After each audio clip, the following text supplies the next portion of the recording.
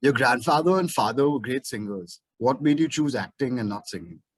Uh, Everyone keeps asking me this question, why not singing? In fact, it was very difficult when I started my career, and I used to go knocking on each door for auditions. Everyone used to tell me that, Neil, I think it's time for you to take up singing and not try acting, because every singer's grandson has to, or son has to be a singer. I mean, that's some kind of bizarre norm, I think, that people thought one has to follow. But I was pretty influenced by Raj Kapoor Saab in my growing years. I was 4 years old, and I used to see a lot of films with my grandmom on the weekends, and I used to be mesmerized about the trophies that were there for my grandfather at home. So one day I asked her, I said, "Who do these trophies belong to?" And she said, "They belong to your grandfather." And I questioned her what my grandfather did, and she said, "He's a playback singer." And I was not really sure. I was all of 3 years old, three and a half, what a playback singer was. And she said, "Your father's a playback singer as well." So I was quite confused. Uh, so yeah, I was an assistant director. Then I turned an actor. I write, I produce, I direct. So I think in totality, films is a world, and it'll be very difficult for a creative person to say this is all I can do. I guess that kind of answers your question. And plus, it's not important for every doctor's son to be a doctor. You know, a doctor's son could be a great uh, actor. So yeah, I guess uh, I not being rebellious, but also I'm not as trained as my grandfather. Though I sing, and my father, I sing, I compose, I play the piano, but I'm not as trained, and it'll be very difficult to live up to that expectation of being Mukeshji's grandson. And then there's massive competition in the house, so I think I took the easy route out and tried to avoid that competition. What is the first thing you do to research and approach a role? Ah, so I guess the way I approach a role, whether it's an antagonist or a protagonist, I try and see his highest peak on the emotional quotient. So for me, it's very important to somewhere connect emotionally with a character, and it's like playing an instrument. It's like singing a song. When you do riyaz, you need to know that this is the highest pitch you can hit, and then you start working backward. Similarly, for a film, that's how I do my research.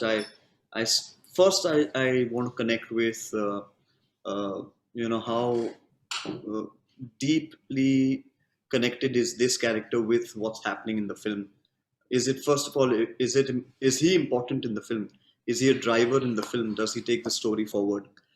If these important questions are answered with a yes, and I am important in the film and I take the story forward, then I like to understand a lot more about the psychology of the character. Why is he in a given situation? Why would he wear certain clothes? What's his body language?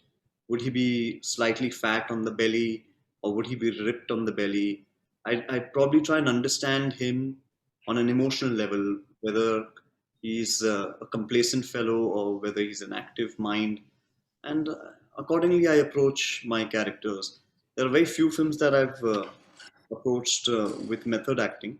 Method acting is when you live the character as you perform it out on screen. And the only film that I think I've done that with is a film called Jail. And in fact, it was one of my most challenging roles in my career. And Madhur Bhandarkarji was very, very kind to have allowed me to shoot the film in a very linear format, to I think depict Parag Dikshit on screen. Uh, we shoot non-linear. We don't shoot in linear format. So because of which, it's very important for one to really understand the character so that you can maintain consistency. uh, there isn't a sudden jump in the nature of a character. Sometimes we are shooting the climax of a film first, then we are shooting the beginning in the middle, and we are shooting the beginning, the middle in the end. So it's quite a haphazard structure of filmmaking. I guess one gets used to it when you do a few films and the process goes on. What difference do you find between the Hindi and the South film industry? Ah, not much. I mean, I think technically, uh, the South industry. I'm very proud that I decided to go down south and do a film called Katti with Mr. A.R. Murugadost. It was a massive blockbuster hit and starred the legendary Vijay Ilaya Talapathy. And of course, so that was the opening, for me as a door.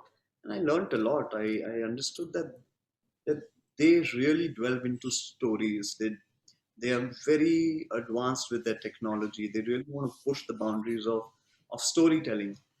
There are many films, I can boast about as an audience, as a fan, that I can talk about that have come from the South industry. Films like Makhi, maybe a film like Bahubali. You can't even fathom seeing that in a Hindi film where the entire film is around a bee.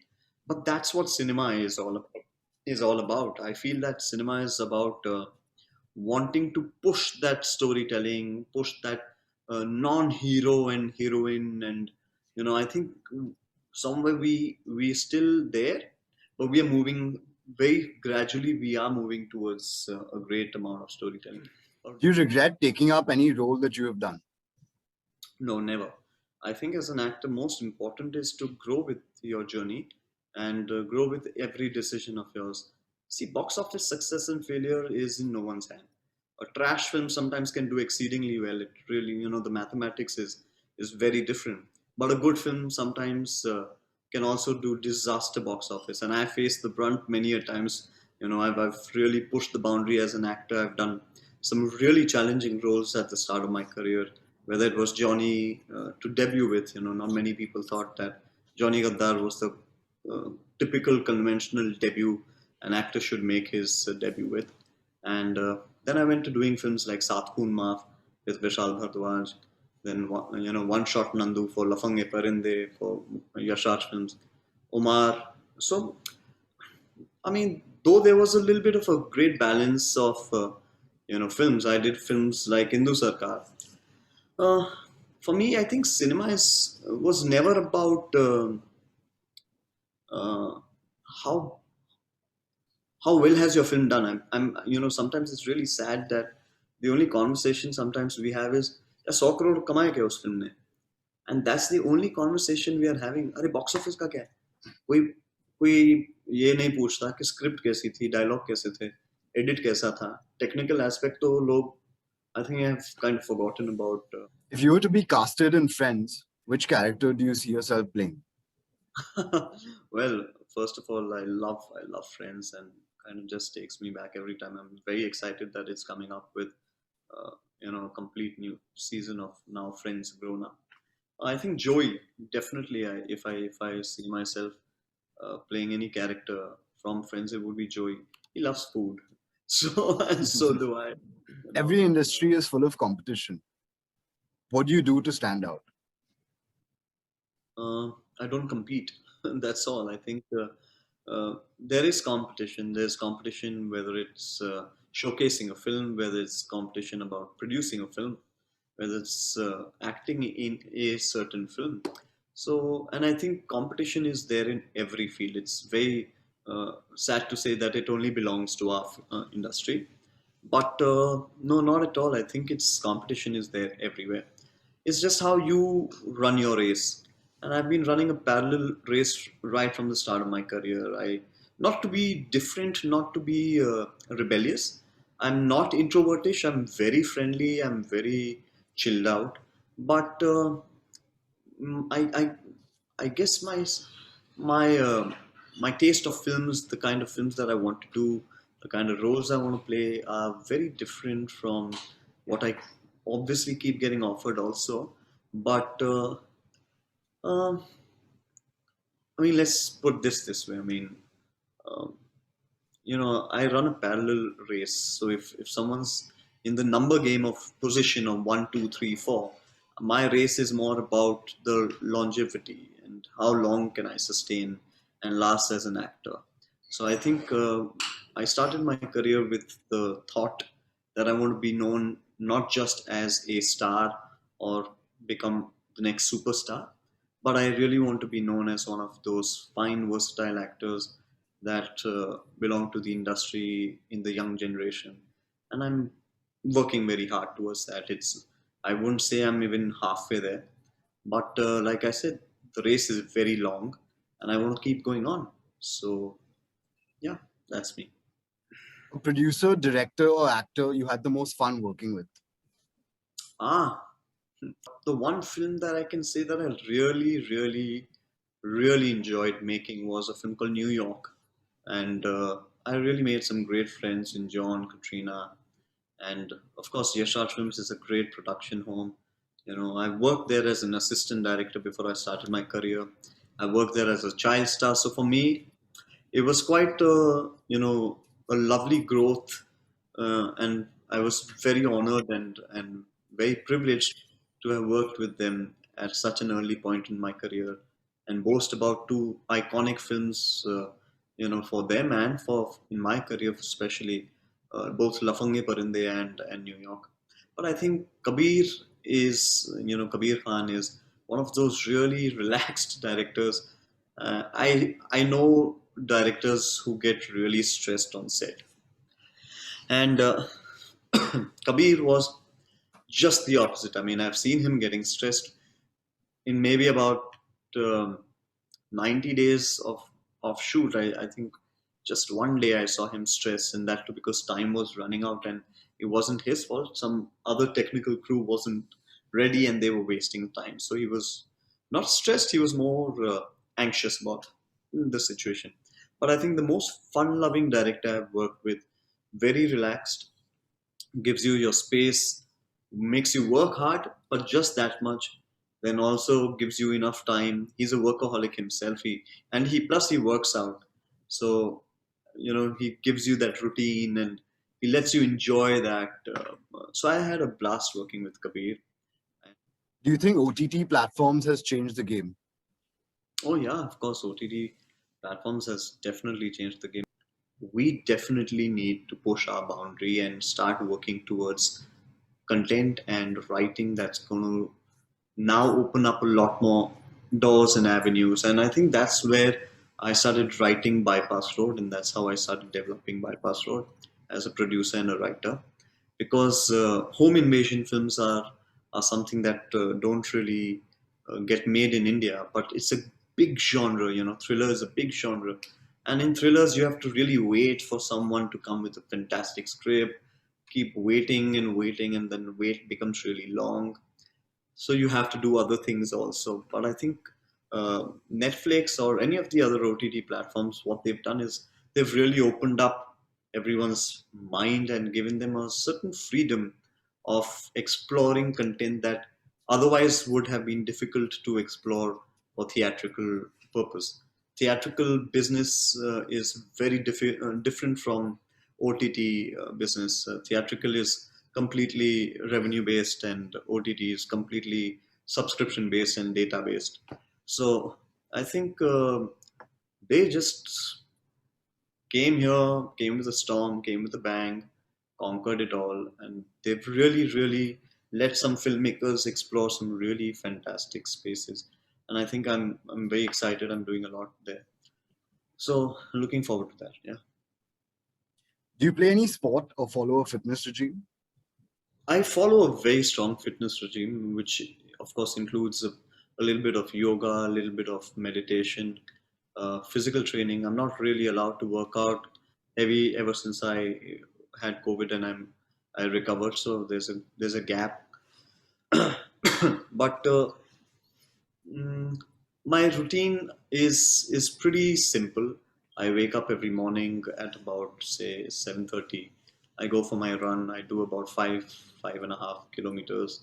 Then I work out. Post that, I do weight training, and then of course my diet is very important. So 80% of my health and fitness is all about my diet.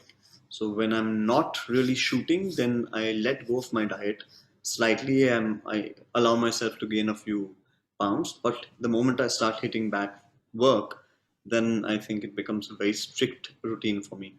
Uh, but there's a great balance between yoga, meditation, uh, fitness, weight training, and of course the sport element is I love badminton. So I play a lot of badminton. I think it's a great way of releasing stress. It's a great cardiovascular exercise, plus lets your body loose. I play tennis. I played tennis for many years, but tennis is more of a muscle sport, I feel. Badminton's more of the agility and the movement. So I guess I've just recently realized that I prefer badminton to to tennis. Yeah. Your favorite holiday destination? Ah, quite a few. But I think best would be New York for me. I think New York is one of my most favorite cities in the world. Not typically a holiday destination, but if it's in India, then I think my most favorite place would be Shimla or Manali, or maybe even for that matter Ambi Valley. I love Ambi Valley. So just have a disconnect. But otherwise, if I want a busy space in and want still a lot of different cultures coming together, and you know life basically and energy, I think New York is my most favorite place in the world. Yeah. Do you prefer playing the protagonist or the antagonist in a film? I have probably a face that can turn evil and it can be innocent practically at the same time. So I play that to my advantage, and I like I said earlier, also I like being a little unpredictable, and I just don't like playing a typical hero all the time. I like that to be a little spice. I like it to be, you antagonist. Why attracts me? Because you won't do those things in real life. As a protagonist, you sometimes you're generally good in life, and you want to be, the hero, and you want to dress up well. Antagonist has a little bit of a wicked side, and I think I like that. you know to have that freedom to, or a means to probably release that devil inside me. So I guess for me, in a way, I like both, but I'm more attracted to playing An antagonists. actor you grew up idolizing? Wow. Uh, I think there would be two of them. One, of course, is an iconic name everyone has on their lip. That's Mr. Amitabh Bachchan. And the other one I will say is the late Rishi Kapoor, Chintu Uncle. I think for me, these two actors are par excellence. If it was Mr. Bachchan with his, brooding roles and his angry young man characters, the only other person who I think would stand up to him at that point, and that the Bachchan era, was Rishi Kapoor, and he did it brilliantly, from playing this, young boy next door, and having this lover boy image. But his range for emotion is fantastic. So I sometimes I find myself going back to the Rishi Kapoor films only to understand how he emotes.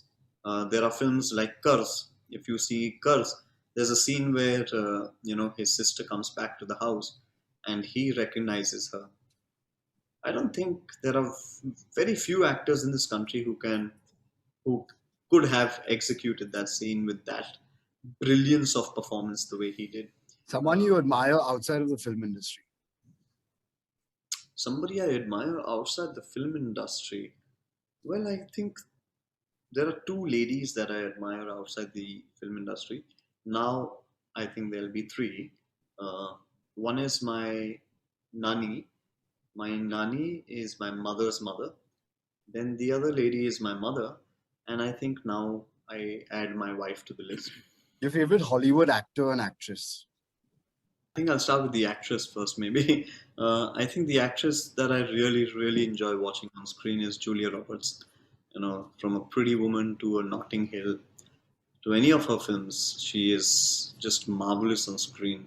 Her smile is intoxicating. It's so magnetic. You're just glued onto her. And of course, her range as an actor, she knows her emotions beautifully. She connects with an audience just flawlessly. So I think for me, I think Julia Roberts tops the list. And as far as the actors are concerned, there are many. I mean, somebody might not take names, but I have some really, like, for example, there's a Mark Ruffalo. I really like Mark Ruffalo and Edward Norton. You know, they're not probably Leonardo DiCaprio. Leonardo is still a mega superstar for people to know. Not many people would. I hope people, of course, it's very wrong for me to say that people wouldn't know of Mark Ruffalo or Edward Norton again is a star, but there's a Mark Ruffalo, there's an Edward Norton, there's a Harrison Ford, there's a Richard Gere. I think many of them that I really enjoy watching on screen. Bruce Willis, Nicolas Cage for sure. They have Most of these actors have a great quality about them. They're all pretty macho, but they have this very soft appeal about them. So they're very likable, tough guys. And amongst the tough guys, of course, I would also say there's a Sylvester or an Arnold.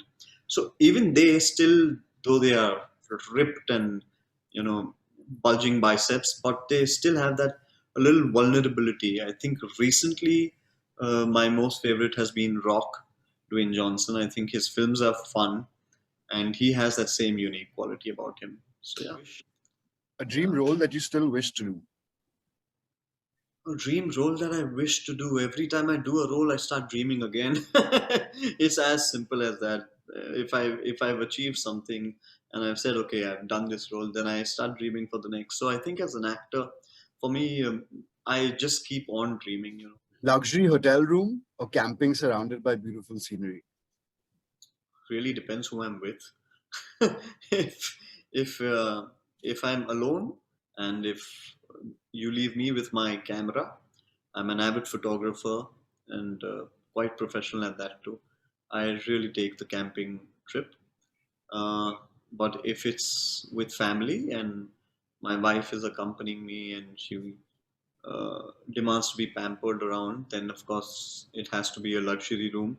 And please pardon me, with a mall attached to it, maybe. Yeah. When you're not acting or preparing for a role, what do you like to do in your free time?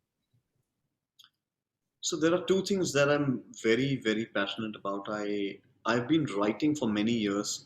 I write films. I write a lot of scripts, and so when I'm not acting or producing or directing, then I'm writing a lot, and I have many stories to tell. I have many exciting stories that I'm developing. So it's that. But there's one other aspect of me that I don't think many people know is that I'm a very, very, very passionate interior designer and decorator and stuff.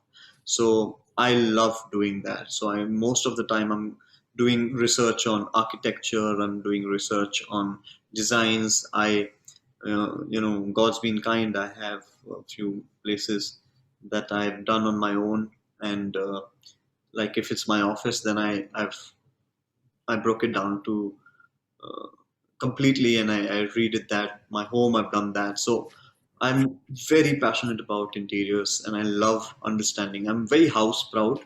I like my home to be in a certain condition, in a certain way.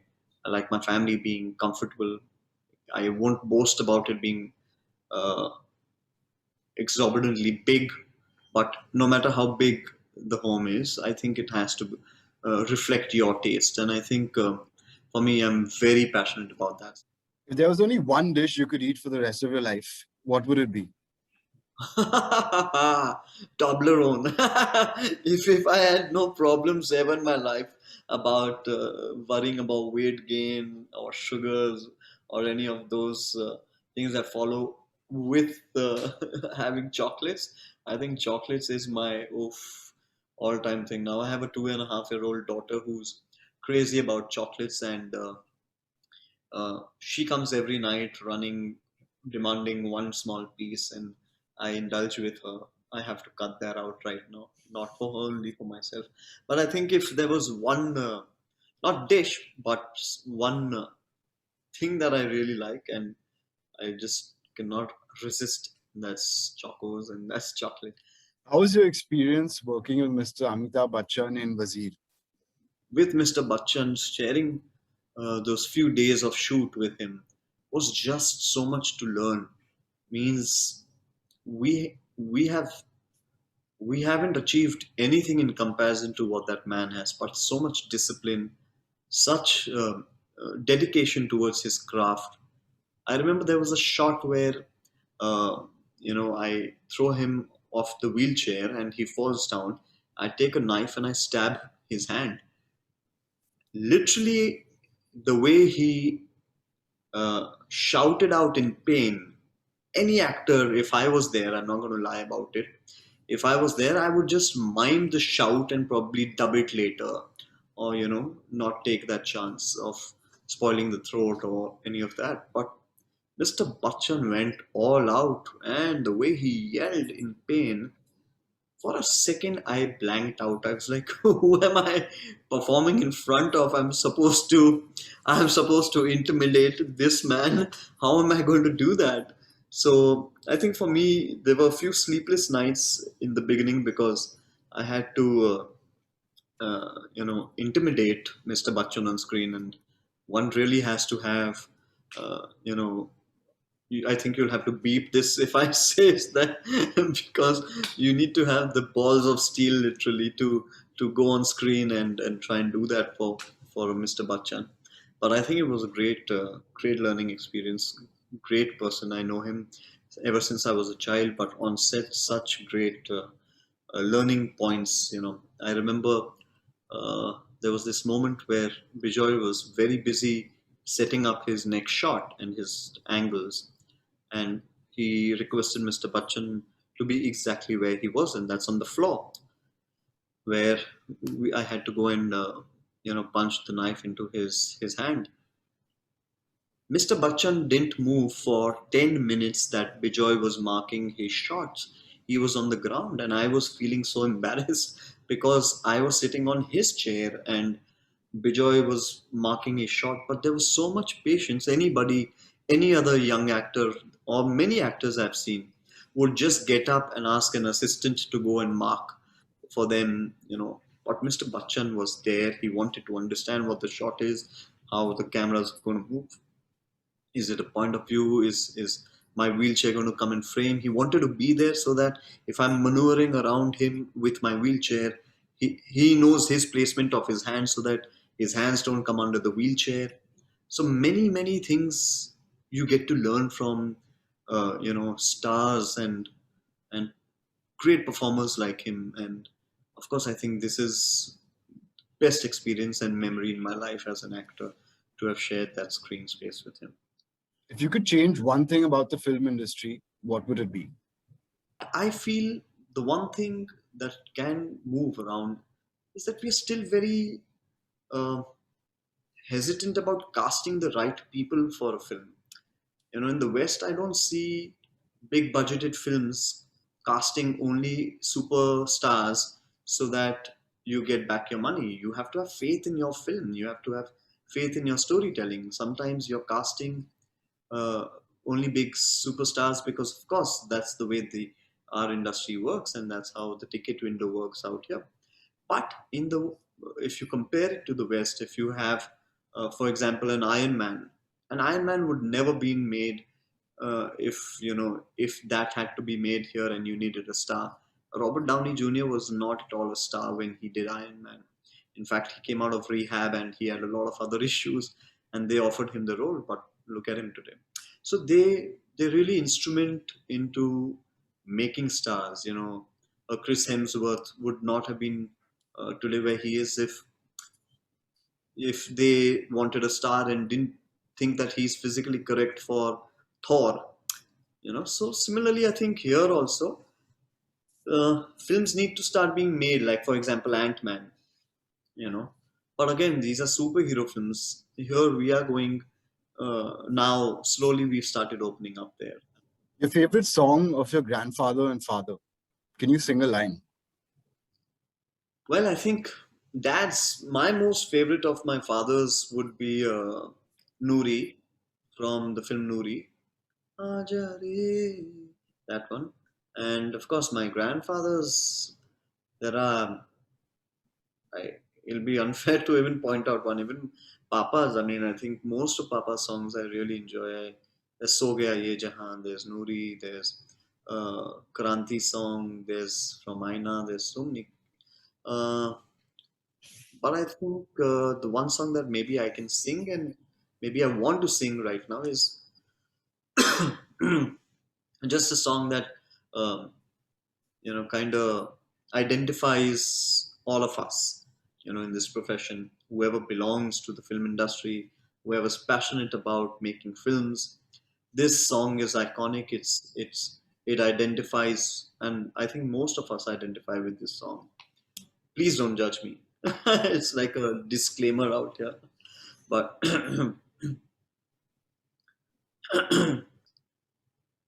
जीना यहाँ मरना यहाँ इसके सिवा जाना कहाँ जीना यहाँ मरना यहाँ इसके सिवा जाना कहाँ जी चाहे जब हमको आवाज दो हम हैं वहीं हम थे जहां अपने यहीं दोनों जहां इसके सिवा जाना कहाँ ये मेरा गीत जीवन संगीत कल भी कोई दोहराएगा ये मेरा गीत जीवन संगीत कल भी कोई दोहराएगा जग को हंसाने बहरूपिया रूप बदल फिर आएगा ओ, रहेंगे यहीं अपने निशान इसके सिवा जाना कहाँ Thank you. Thank you. For many more exclusive videos, don't forget to subscribe to Major Mood Entertainment.